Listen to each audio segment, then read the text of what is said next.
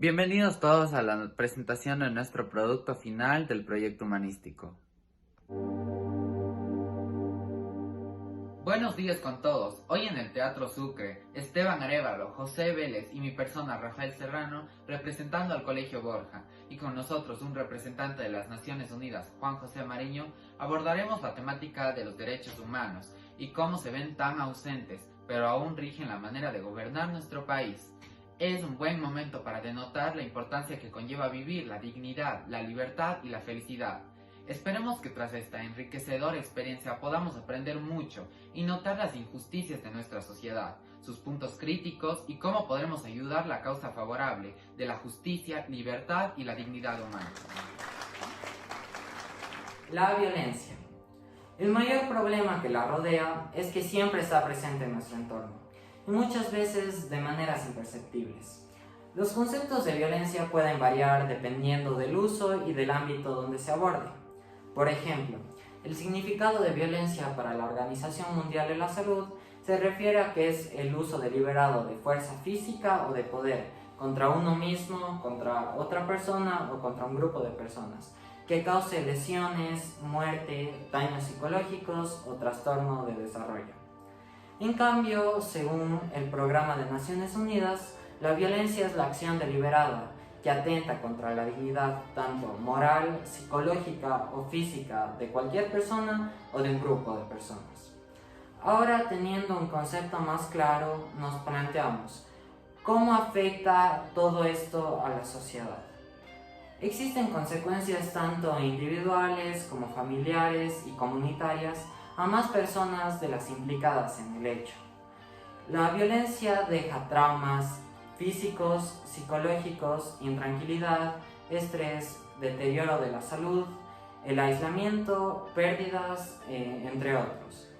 Además, suele existir una discriminación y una exclusión social y la violencia limita las posibilidades del progreso de la sociedad en general. ¿Creen que existen varios tipos de violencia? ¿Cuántos tipos de violencia podrían haber? Las categorías de la violencia son: según quién comete el acto, autoinfligida o colectiva; según el tipo de daño causado, puede ser físico, psicológico o emocional, sexual o de discriminación contra las mujeres; según el tipo de víctima, violencia contra la mujer, contra los niños y niñas, contra personas adultas mayores, contra las personas debido a su orientación sexual o identidad de género, contra personas con discapacidad y hacia personas con VIH-Sida. Y por último, según el ámbito donde ocurre el acto de violencia, doméstica o intrafamiliar, en las comunidades, calles y en los espacios públicos, en la escuela, el acoso laboral, a través de medios de comunicación y el ciberespacio. En conclusión, la violencia es una agresión que atenta contra la dignidad de una persona. Pero, ¿cuál es el concepto de dignidad? El origen etimológico de la palabra dignidad proviene de dignus, del latín, y su sentido es que conviene a o que merece.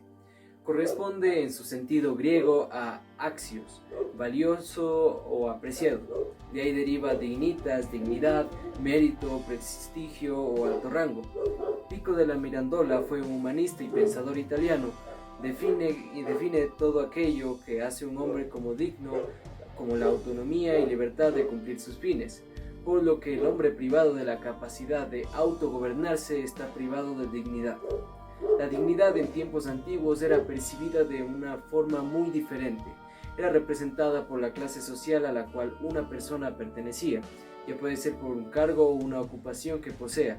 Además, debía de actuar conforme el rol que pertenecía a su condición.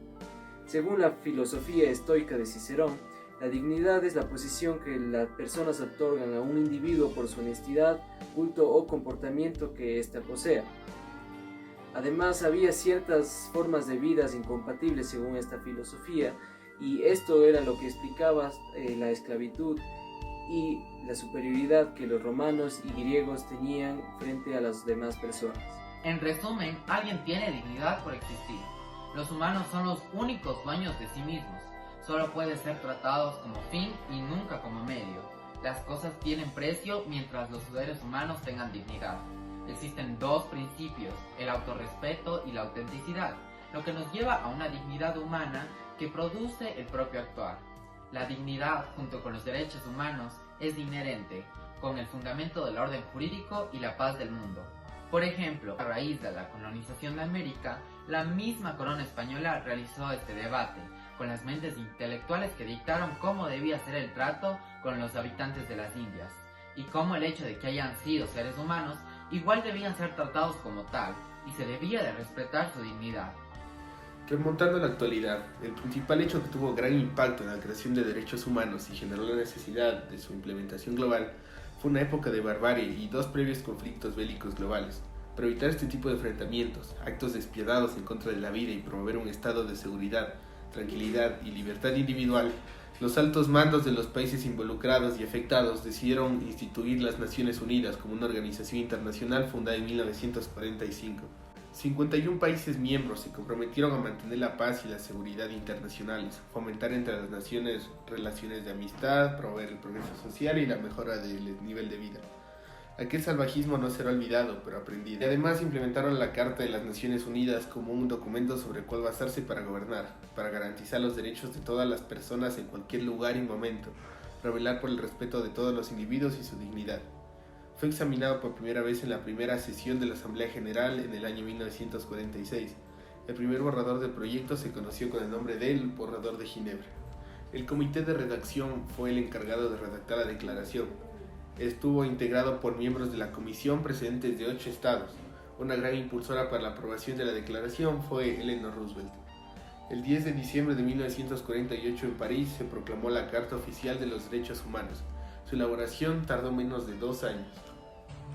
Ahora revisaremos algunos de los derechos que constan en la declaración. El primer artículo nos dice que todos los seres humanos nacen libres e iguales en dignidad y derechos, y dotados como están de conciencia y razón, deben comportarse fraternalmente los unos con los otros. Se refiere a que debemos respetar los derechos del prójimo, y este artículo le da sentido a todos los demás.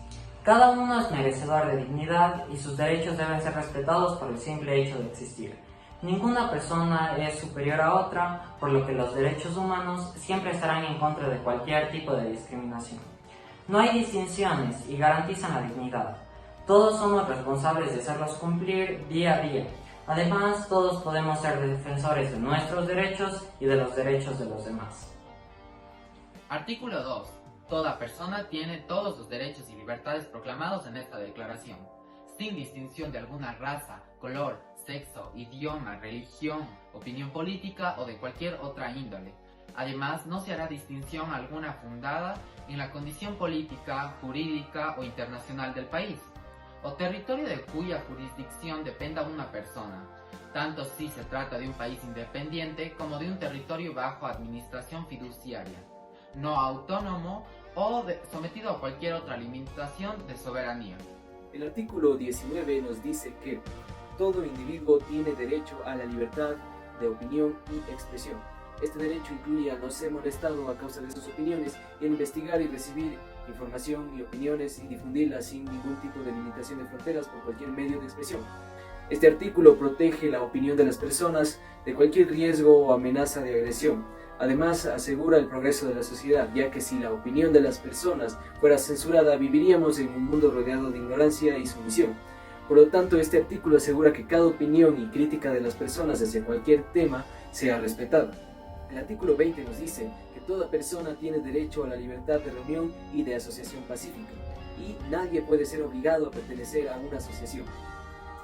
Se refiere a que cualquier persona tiene la libertad de reunirse con cualquier clase de fin pacífico, es decir, que no genere ningún conflicto en su entorno. Además, nos dice que las personas no pueden ser obligadas a pertenecer a un grupo o asociación en contra de su voluntad y valores. Y esto se refiere a que se debe de respetar la voluntad de pensamiento de cada persona. Artículo 30.